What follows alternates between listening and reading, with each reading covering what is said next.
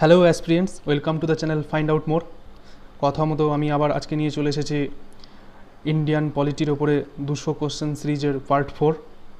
তো এই 200 কোশ্চেন সিরিজের পরে আমি তোমাদের জন্য আনতে চলেছি 500 সায়েন্সের ওপরের প্র্যাকটিস সেট।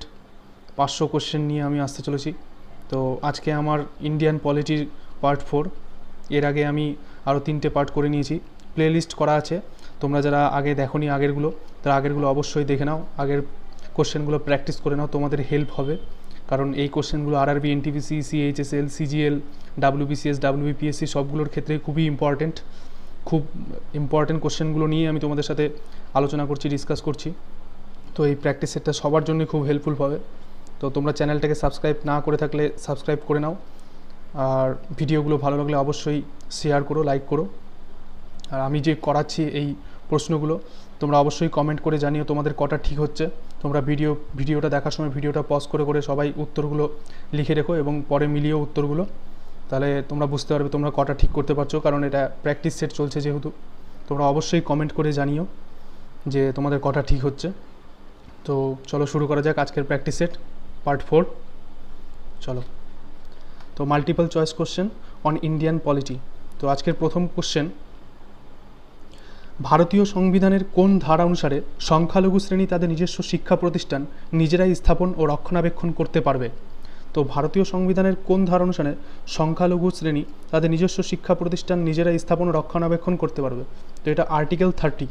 আর্টিকেল 30 অনুযায়ী যারা সংখ্যালঘু শ্রেণী আছে, যেমন মুসলিম, শিখ, তো এরা আর্টিকেল 30 অনুসারে নিজেদের শিক্ষা প্রতিষ্ঠান নিজেরাই রক্ষণাবেক্ষণ করতে পারবে। এবার তোমাদের একটা জিনিস জেনে রাখা দরকার, সংখ্যালঘু এই যে ব্যাপারটা, সংখ্যালঘু কিন্তু সবসময় ধর্মের ভিত্তিতে হয় না।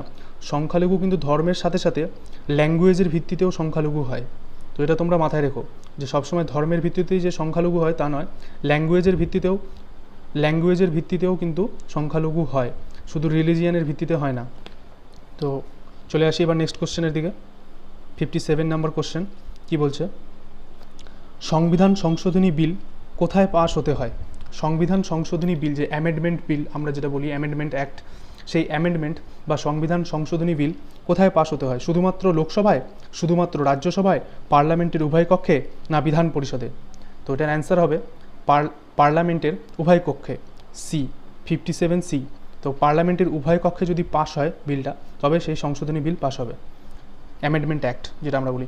চলে আসি নেক্সট কোশ্চেনের দিকে। কোশ্চেন নাম্বার 58 কি বলছে, ভারতীয় সংবিধানের কোন ধারায় বলা হয়েছে যে একই ব্যক্তিকে একই অপরাধের জন্য দুবার শাস্তি দেওয়া যাবে না? Punishment for the same offence more than once. তো ভারতীয় সংবিধানের কোন ধারায় এই কথাটা বলা হয়েছে যে একই ব্যক্তিকে একই অপরাধের জন্য দুবার শাস্তি দেওয়া যাবে না? তো এটা বলা হয়েছে আর্টিকেল 20-তে, অতএব সি নাম্বার রাইট হবে। ঠিক আছে, তো চলে আসি এবার নেক্সট কোশ্চেনের দিকে। কোশ্চেন নাম্বার 59 কি বলছে দেখে নিই।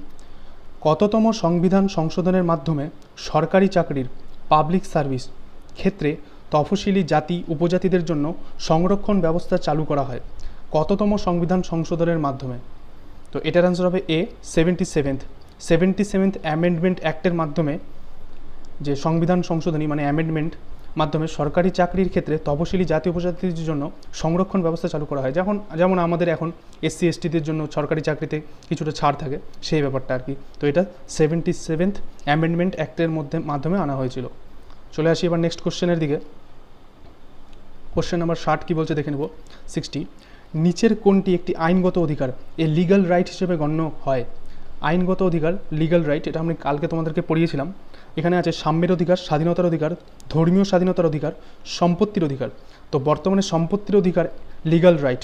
আগে সম্পত্তির অধিকার ফান্ডামেন্টাল রাইট ছিল, কিন্তু বর্তমানে এটা লিগ্যাল রাইট হয়ে গেছে। তো এটা বর্তমানে লিগ্যাল রাইট এবং এটা আর্টিকেল 300A-তে এর সম্পর্কে বিস্তৃত বলা হয়েছে। সম্পত্তির অধিকার বর্তমানে একটি লিগ্যাল রাইট। তো এটা মাথায় রাখতে হবে, এটা খুব ইম্পর্ট্যান্ট কোশ্চেন। চলে আসি এবার কোশ্চেন নাম্বার 61। নেক্সট কোশ্চেন দেখি কি বলছে। সাধারণ মানুষকে আইন সম্পর্কে সচেতন করে তোলে কে? অ্যাডভোকেট জেনারেল, জেলা প্রশাসন, পঞ্চায়েত, লোক আদালত? তো সাধারণ মানুষকে আইন সম্পর্কে সচেতন করে তোলে লোক আদালত। এটাও একটা ইম্পর্টেন্ট কোশ্চেন, WBPSCতে আগে এসেছে। তো চলে আসি নেক্সট কোশ্চেনের দিকে। কোশ্চেন নাম্বার 62 কি বলছে, লিগাল সার্ভিস অথরিটি অ্যাক্ট কোন খ্রিস্টাব্দে পাস হয়? তো লিগাল সার্ভিস অথরিটি অ্যাক্ট কোন খ্রিস্টাব্দে পাস হয়? তো এটা পাস হয় 1987 সালে। 1987 সালে legal service authority act pass হয়। চলে আসি কোশ্চেন নাম্বার 63-তে। তো ন্যাশনাল লিগাল সার্ভিস অথরিটি কত খ্রিস্টাব্দে গঠিত হয়? তো national legal service authority NALSA কত খ্রিস্টাব্দে গঠিত হয়? Question number 63। তো এটার অ্যান্সার হবে 1994 খ্রিস্টাব্দে। 1994 খ্রিস্টাব্দে ন্যাশনাল লিগাল সার্ভিস অথরিটি গঠিত হয়। তো চলে আসি এবার নেক্সট কোশ্চেনে। কোশ্চেন নাম্বার 64 কি বলছে, রাজ্য বিধানসভায় তপশিলি ভুক্ত জাতি ও উপজাতিদের জন্য আসন সংরক্ষিত থাকে কোন খ্রিস্টাব্দ পর্যন্ত? রাজ্য বিধানসভায় তপশিলি জাতি উপজাতিদের জন্য আসন সংরক্ষিত থাকে কোন খ্রিস্টাব্দ পর্যন্ত তাদের জন্য আসন সংরক্ষিত ছিল? তো এটার অ্যান্সার হবে বি 2010 খ্রিস্টাব্দ পর্যন্ত তাদের জন্য, যারা তপশিলি জাতি উপজাতি তাদের জন্য সিট সংরক্ষিত ছিল রাজ্য বিধানসভায় 2010 সাল অবধি।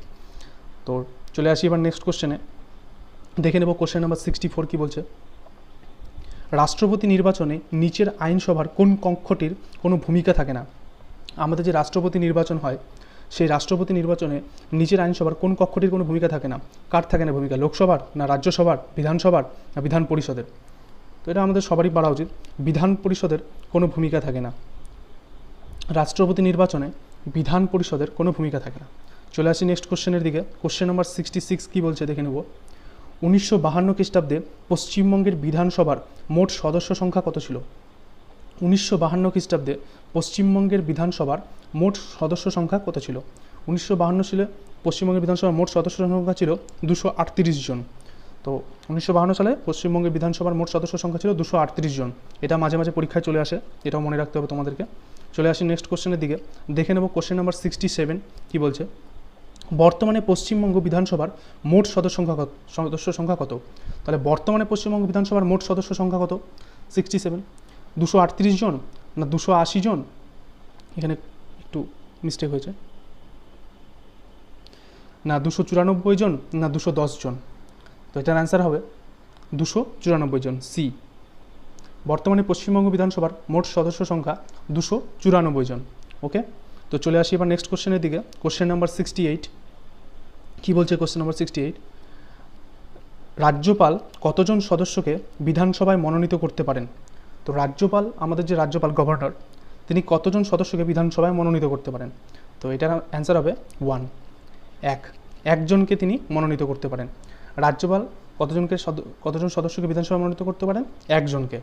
চলে আসি নেক্সট কোশ্চেনের দিকে, দেখে নেব কোশ্চেন নাম্বার 69 কি বলছে, সুপ্রিম কোর্টের বিচারপতির অবসর গ্রহণের সময় 60 বছর, 62 বছর, 70 বছর না 65 বছর? তো সুপ্রিম কোর্টের বিচারপতির অবসর গ্রহণের সময় 65 বছর, আর 62 বছর হলো হাইকোর্টের বিচারপতির অবসর গ্রহণের সময়। হাইকোর্টে যদি বিচারপতি হয় তবে 62 বছর, আর সুপ্রিম কোর্টের বিচারপতি হলে 65 বছর। এটা খুব মাথায় রাখতে হবে, এইটা বারবার কোশ্চেনটা পরীক্ষায় আসে, কোনো না কোনো পরীক্ষায় চলে আসে, এই সুপ্রিম কোর্টের বিচারপতির অবসরের সময় বা হাইকোর্টের বিচারপতির অবসরের সময়, এটা মনে রাখতে হবে তোমাদের। চলে আসি নেক্সট কোশ্চেনের দিকে। কোশ্চেন নাম্বার 70 কি বলছে, শিক্ষার বিষয়টি কোন তালিকার অন্তর্ভুক্ত? শিক্ষার বিষয়টি, শিক্ষা কোন তালিকার অন্তর্ভুক্ত, মানে কোন শিক্ষা যেটা ওটা কোন তালিকার অন্তর্ভুক্ত? যুগ্ম তালিকা, মানে যেটা লিস্ট আর কি, আমরা যেটাকে বলি list, state list, central list, concurrent list. তো শিক্ষার বিষয়টি যুগ্ম তালিকার অন্তর্গত। তো এখানে যুগ্ম তালিকা বলতে রাজ্য এবং কেন্দ্র দুইয়েরই অধিকার আছে শিক্ষার উপরে, মানে শিক্ষা নিয়ে তারা দুই কাজ করতে পারে। তো যুগ্ম তালিকার অন্তর্গত শিক্ষা।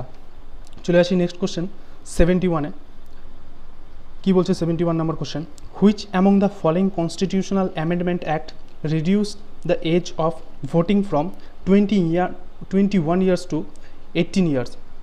তো কোন কনস্টিটিউশনাল অ্যামেন্ডমেন্ট অ্যাক্ট, কোন সংবিধান সংশোধনী বিলের মাধ্যমে ভোটদানের বয়স 21 থেকে কমিয়ে 18 করা হয়েছে? আগে 21 বছর বয়সী যে কেউ ভোট দিতে পারতো, আর এখন সেটা কমিয়ে 18 বছর করা হয়েছে। তো কোন অ্যামেন্ডমেন্ট অ্যাক্টের মাধ্যমে এটা করা হয়েছে?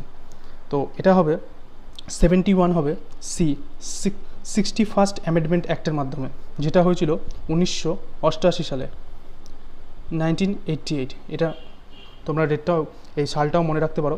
তো 1988 সালে 61st অ্যামেন্ডমেন্ট অ্যাক্টের মাধ্যমে বয়স কমিয়ে 21 থেকে 18 করা হয়েছিল ভোটদানের? তো এটা একটা ইম্পর্টেন্ট কোশ্চেন, এটাও মনে রাখতে হবে তোমাদের। চলে আসি নেক্সট কোশ্চেনের দিকে। কোশ্চেন নাম্বার 72 কী বলছে? Which among the following schedules is related to the responsibilities of municipalities? তো কোন শেডিউলে আমরা মিউনিসিপ্যালিটির কাজকর্মের কথা জানতে পারি?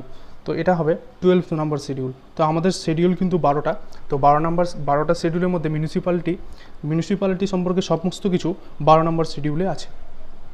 তো এটাও তোমাদের জানতে হবে। চলে আসি নেক্সট কোশ্চেনের দিকে। কোশ্চেন নাম্বার 73 কী বলছে? From which country the method of impeachment of the president of India is adopted from which country the method of impeachment of the president মানে রাষ্ট্রপতিকে যদি ইমপিচমেন্ট করা হয়, মানে রাষ্ট্রপতিকে যদি পদচ্যুত যে করার পদ্ধতি, রাষ্ট্রপতির সেই পদচ্যুত করার পদ্ধতি, এটা কোন দেশ থেকে নেওয়া হয়েছে? From which country? তো 4টে অপশন আছে, ইউএসএ, ইউকে, ইউএসএসআর যেটা রাশিয়া এখন, ফ্রান্স। তো এটার অ্যান্সার হবে 73 এ, ইউএসএ থেকে এই ইমপিচমেন্ট যে মেথডটা সেটা নেওয়া হয়েছে, রাষ্ট্রপতিকে পদচ্যুত করার যে মেথড, প্রক্রিয়াটা, সেটা ইউএসএ থেকে নেওয়া হয়েছে। তো চলে আসি নেক্সট কোশ্চেনের দিকে। Question number 74, who was the first chief election commissioner of India? তো ফার্স্ট চিফ ইলেকশন কমিশনারকে, এটা সবারই জানা উচিত, সুকুমার সেন। এটা মাঝে মাঝে চলে আসে কোনো না কোনো পরীক্ষায়। তো এটা Sukumar Sen, first chief election commissioner. চলে আসি নেক্সট কোশ্চেনের দিকে, 75 নম্বর কোশ্চেন দেখে নেব। কোশ্চেন নম্বর 75 কী বলছে? In which of the following parts of the constitution of India are enshrined the fundamental duties? তো কোন পার্টটা ফান্ডামেন্টাল ডিউটি নিয়ে আমাদের কাছে আলোচনা করে? 75। তো এটা হবে পার্ট 4A সি। তো পার্ট 4A এটা আমাদের ফান্ডামেন্টাল ডিউটি মানে যেগুলো মৌলিক কর্তব্য, পার্ট 4A-তে মৌলিক কর্তব্য সম্পর্কে বিবরণ দেওয়া আছে। তো আজকে এই 20টা কোশ্চেন নিয়ে আমি এসেছিলাম। তো তোমরা আশা করি অনেকগুলো পেরেছো। তোমরা কমেন্ট করে জানিও কতগুলো পেরেছো, অবশ্যই কমেন্ট করে জানিও। এবং ভিডিওটা যদি তোমাদের ভালো লেগে থাকে অবশ্যই লাইক করো, চ্যানেলটাকে সাবস্ক্রাইব করো এবং সবার সাথে ভিডিওগুলোকে শেয়ার করো। আমি তোমাদের জন্য রোজ রাত 10টাতেই এই প্র্যাকটিস সিটগুলো নিয়ে আসছি। এই পলিটি কমপ্লিট হয়ে গেলে আমি সায়েন্সের 500টা প্রশ্ন সিরিজ নিয়ে তোমাদের সামনে চলে আসব। তোমাদের সাথে এই প্র্যাকটিস সেটগুলো আমি সলভ করব। তোমাদেরও এতে অনেক লাভ হবে। তোমরা যদি ভিডিওটা দেখো খুবই লাভ পাবে, কারণ আমি কোনো না কোনো পরীক্ষায় যে প্রশ্নগুলো বেশি দেয় সেখান থেকেই আমি প্রশ্নগুলোকে নিচ্ছি, কালেক্ট করছি, যে এইখান থেকে বেশি প্রশ্ন আসে কম্পিটিটিভ এক্সামে। তো আজকের মতো এটুকুই, দেখা হচ্ছে আবার কাল রাত 10টায়। Thank you so much.